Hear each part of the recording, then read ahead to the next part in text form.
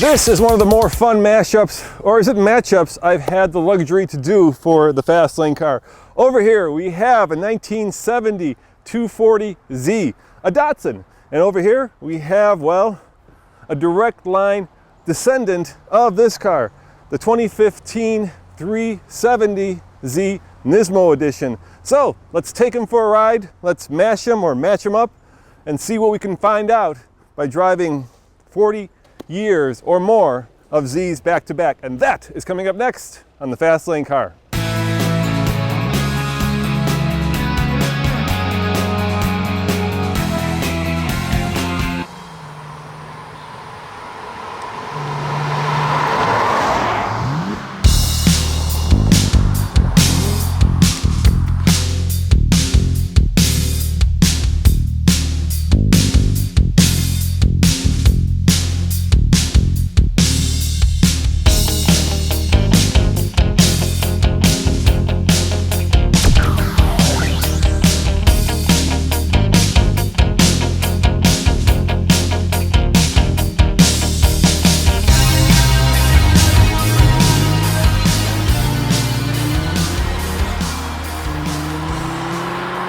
Hey guys, I'm here with Frank Fuentes. Fuentes, correct? Yes, and we are now in, is this 2015 or is it 2014? This is a 2015. Yes. 2015 Nismo 370. How cool is that? It's actually 370Z Nismo. Sorry, yes. And he is a product expert, so he is the man to correct me when I make such blatantly stupid mistakes. Today we're talking about this guy, so let's talk about the facts. How much horsepower do we have? Horsepower and torque is carryover 350 horsepower, 276 pounds per feet of torque. So the car, the major features of the car that were changed are the suspension, yep. Shocks were changed, spring rates were changed, there's additional bracing in the car.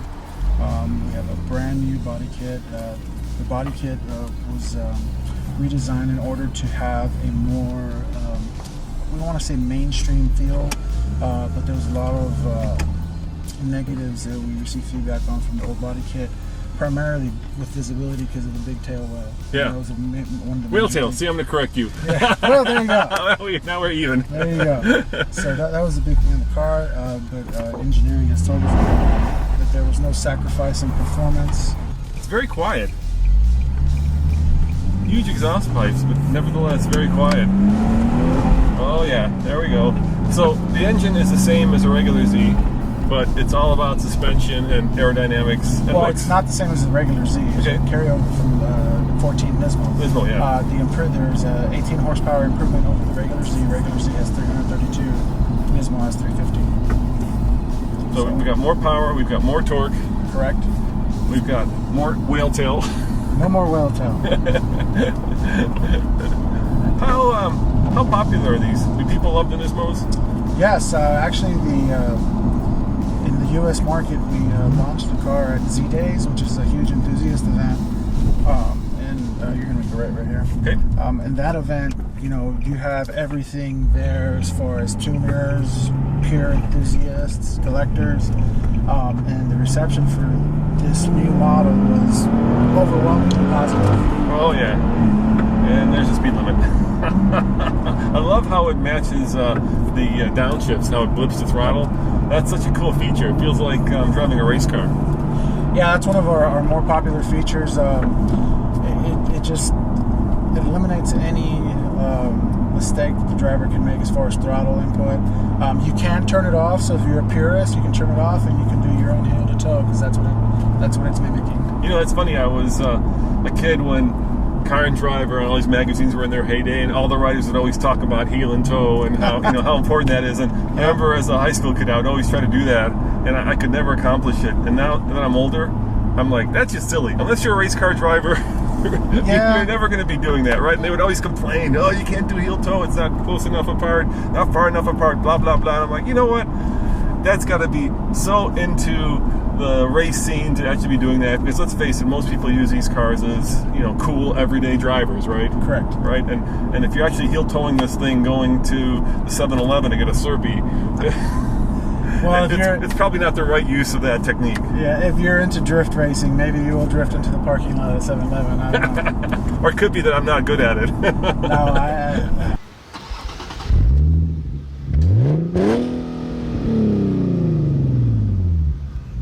Yeah, and the shifter, it's really tight. yeah, Really it's a close. short throw shifters. And it feels like there's just a lot of power on tap, you know. Oh, yeah. I mean, I'm flooring it right now. So 6th gear doing like 55, not a lot, but man, you take this into 4th. Oh yeah, now we're getting to the power band. Now you can really start to, you know, really start to feel it.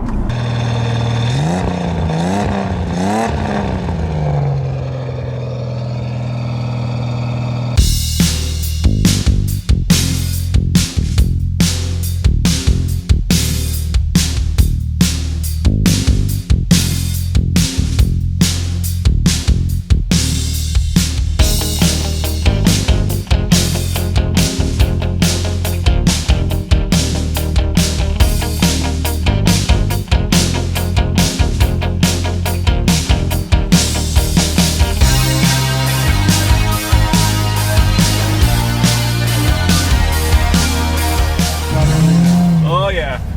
All right. This car sounds phenomenal. Straight 6. There's just something about a straight 6. Yep.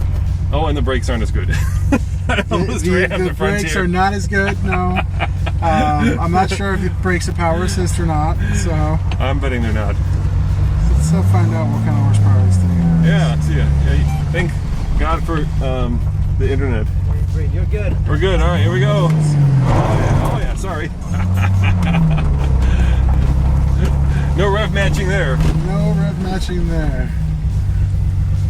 Yep. All right, here we go. Oh, it's so much more direct. Yep. So much more direct. Look at this little thin steering wheel. All right, the gear is a little bit longer throw and takes a little bit more patience. It takes a little bit more skill on this guy, but there's only 4 gears, so that makes it a little easier. So yeah. Have you found the horsepower yet and the torque? That is. You know what? But this car is so much lighter that it feels. I'm not sure it's as fast, but it feels as quick. If you know what I'm talking about. That's what I was commenting on earlier. You know, we're talking about all the technology and the power that the other car has, but most people are not aware of is that cars, just by function, are heavier nowadays. This car is about 2,500 pounds, so the power to weight ratio is going to be equal, probably maybe even better than the existing car. And, missed that one up. And check this out. Oops. Took apart half the dashboard. Check this out, guys. Old school lighter. Now all of you smoking those electronic cigarettes, you don't need it, but back in the day, you had to have a lighter. Oh yeah. Oh, this is so much fun. And you know what? It's comfortable. Look, I got plenty of headroom. Oh, yeah. Driving position is where you want to be, so you feel like you're really in control of the car. And I love that long hood, looking down the front of that. It's such a nice touch. And of course, you know, a lot of this interior still is in the current Z, right? These round gauges have always been a Z trademark. Right. And so what if you've gone from a straight 6 to a V6? You've also had turbochargers. The only thing you haven't had, I think, are superchargers. We have not had superchargers, no. All right, so now that I got you, so the car has 151 horsepower and 146 pounds per foot of torque. feels faster. Let's see if they have the. I was wrong. Right? The weight of the car is 2,300 pounds. So it's even lighter than we It's thought. lighter than I said. I keep wanting to go to like a 5th and a 6th gear. That's the only thing that's missing. All right, now that I've got you all schmoozed up in the old car, what's happening? What's the next one going to be? Is it going to be a supercharger? What's coming up? Can you give us some hints of what's happening the next? Unfortunately, No. I cannot. Guys, I give you tried. hints. Yeah. I tried to get them. We are in initial stages of next generation planning. Okay. For 370Z. So unfortunately, there's nothing that we can share. Those are highly kept secrets. At times, they don't even share them with us. Just between me and you. Yeah. And camera. Nowadays, there's nothing between you and I. There's There's a lot of space. We got a lot of room. Sometimes there's always a camera somewhere. There's always an internet connection. There's always a way. Is that what they teach you in PR school? No. Is that what you've learned? Just the hard way. Over the years. Okay. No, not the hard way. Just. All right. I'd like to think of myself as a technology literate kind of person. Fair enough. But no, we are in the initial stages of next gen planning, and the CEO has said that there will be a next gen GTR NZ. We're just going through the process, and hopefully it'll be a great car as all the others used through the years. I think what makes this car so significant, of course, is that it put Datsun at the time, right? This isn't the Nissan, it's a Datsun. This is a Datsun. It put Datsun on the enthusiast map, right? For a long time, Datsun had been building these really quirky and cool little economy cars. But all of a sudden, out of nowhere, you lay down a car that looks like something that should have been designed by the Italians, right? Long hood, sleek proportions. I mean, basically, you could put this up next to like a Jaguar E-Type, right? And it would hold its own. Correct. So with most, I don't know if most people that are familiar with the car and the history know that the car has always, Porsche has always been the performance benchmark for the car. So for this, for example, in the era that it was released, it was considered the poor man's Porsche. Obviously, current generation, even the GTR 911 Turbo S is considered the head-to-head competitor for it. Porsche Cayman is our performance benchmark for the Z currently. So.